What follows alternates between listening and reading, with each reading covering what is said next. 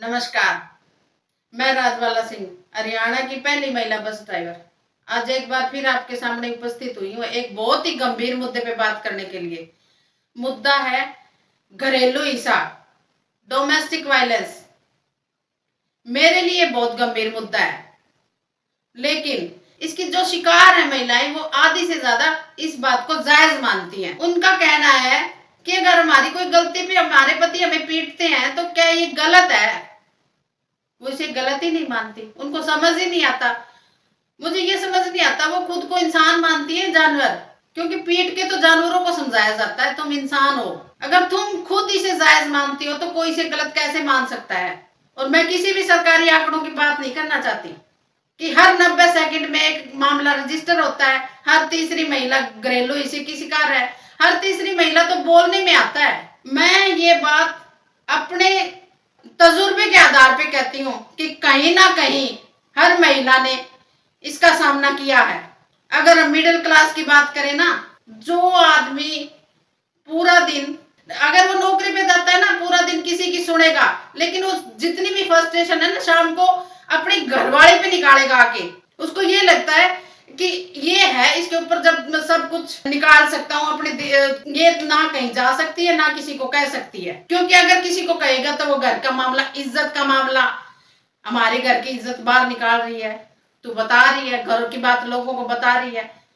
बहुत सारी महिलाएं बता भी नहीं पाती कि उनके साथ क्या क्या होता है। वो पूरा दिन घर का काम करती है, एक जिम्मेवारी के साथ हर चीज को संभालती है, और जब शाम होती है, बहुत सारी महिलाएं, मेरी जिंदगी में मैंने बहुत सारी ऐसी महिलाओं को देखा है कि वो कहती हैं कि अब शाम हो रही है और ऐसे लग रहा है जैसे हमारा कहर हमारे ऊपर टूटने वाला है, क्योंकि वो नशा करके आएगा और वो हमें इतनी बुरी तरह पीटेगा, हमें समझ ही नहीं आता, और सुबह फिर वो उठ के उसी काम में लग जाती है। उनके लिए डेली रूटीन का काम है। मेरे को समझ ही नहीं आ रहा, महिलाएं कहें तो कहें किसे, जाएं तो जाएं कहाँ, क्योंकि दुनिया के लिए तो ये उनका पर्सनल मैटर है।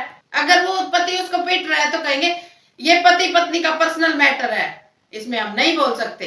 अरे क्यों नहीं हो सकता, ये पर्सनल मैटर में हम क्यों नहीं बोल सकते। वो पीट रहा है, उसको किसी को पीटने का अधिकार किसने दिया, और वो पीट रही है क्योंकि उसने खुद को मान लिया अभी ये जायज है, ये सही कर रहा है। महिलाओं ने खुद को दोयम दर्जे का मान लिया है, इसलिए समाज का जो ताना बाना है वो इसके अनुसार बन गया कि महिला है ये।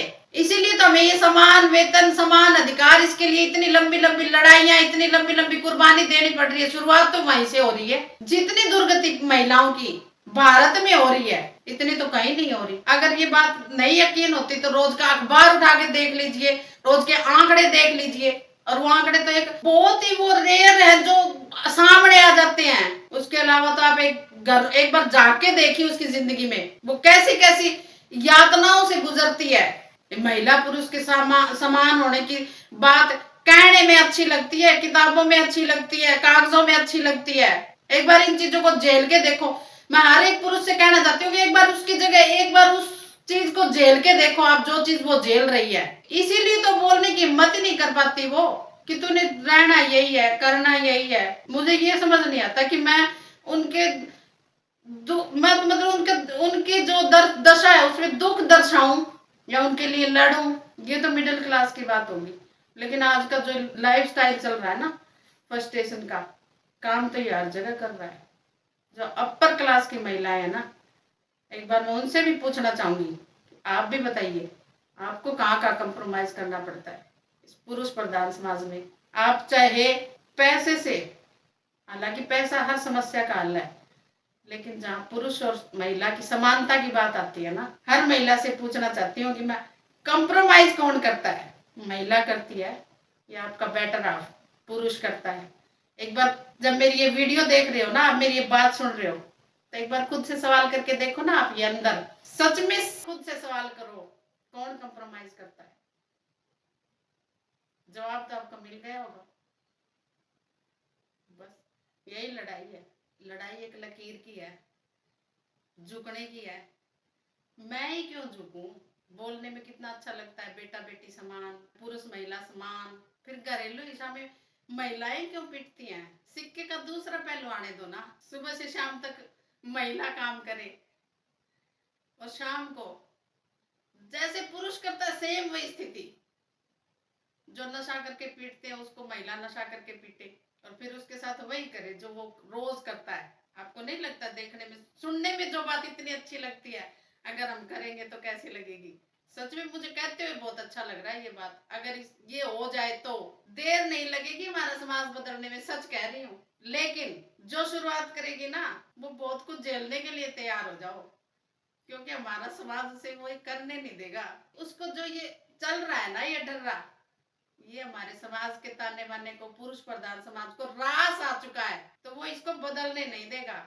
और जो बदलने चलेगी ना उसको बहुत कुछ झेलना पड़ेगा। मैंने तो झेला है और झेल के उसको बदला है, सच में बदला है। अगर किसी को बदलाव देखना हो ना तो राजबाला सिंह को देखो एक बार।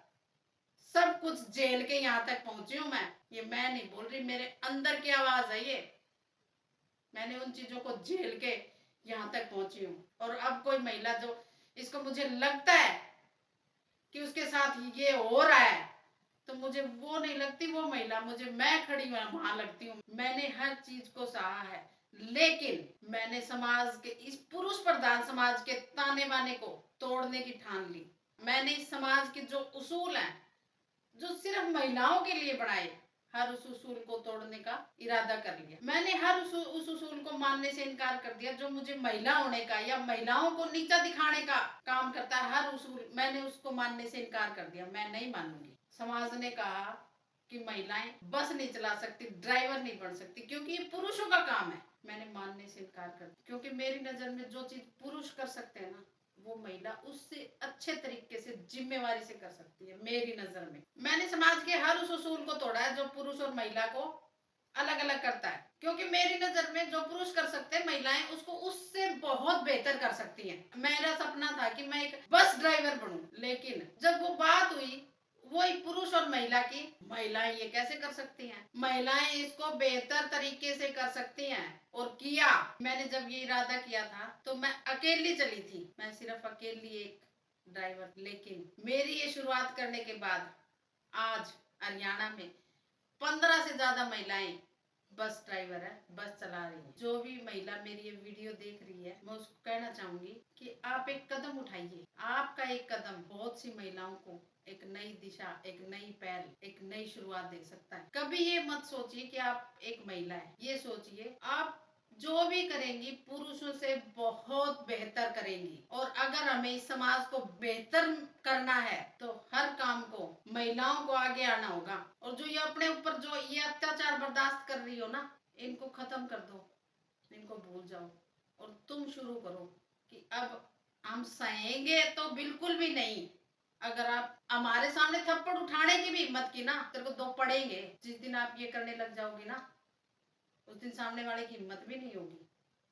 आप सह रही हो ना इसलिए उसकी हिम्मत हो रही है पीटने की। जिस दिन आप बंद कर दोगी ना उसकी हिम्मत नहीं होगी। जिस दिन आपने सहना बंद कर दिया ना उस दिन ये बदलना भी शुरू हो जाएगा। जिस दिन आपने थप्पड़ का जवाब थप्पड़ से देना शुरू कर दिया ना उसी दिन बदलाव की शुरुआत हो जाएगी। और यकीन मानिए जिस दिन बदलाव की शुरुआत हुई ना ये समाज बदलेगा और आपके बदलाव से न जाने कितनों की जिंदगी में बदलाव आ सकता है। इसलिए अपने ऊपर विश्वास करिए और बदलना शुरू कीजिए। यकीन मानिए बहुत कुछ बदलेगा और अच्छे बदलाव की शुरुआत होगी। इसी के साथ मैं राजबल्ला सिंह मन में बहुत सा गुबार, लेकिन एक उम्मीद के साथ कि आप सच में बदलाव लाने की कोशिश करेंगे कि अब और नहीं, बहुत सैली अब और नहीं, आप कोशिश करेंगे। यकीन मानिए कोशिशें ही कामयाब होती हैं। और जब आप अपनी जिंदगी में बदलाव लाएंगे ना तो बहुत सारी जिंदगियों में बदलाव की उम्मीद है। तो अब और सहना बंद कीजिए, अब कहिए नहीं, अब और नहीं, क्योंकि आपकी सुध लेने वाली आप खुद है, कोई आपकी सुध नहीं लेगा। सरकार के लिए तो आप एक सिर्फ आंकड़े, सिर्फ एक केस, वो भी जब बात हद से गुजर जाएगी तब वो केस बनता है। जो रोज चलता है ना डेली शाम को थप्पड़ मुक्की किसी गिनते में भी नहीं आता। आपको ही सुधारना होगा। आप बदलेंगी तो समाज बदलेगा। बदलिए खुद को। नमस्ते।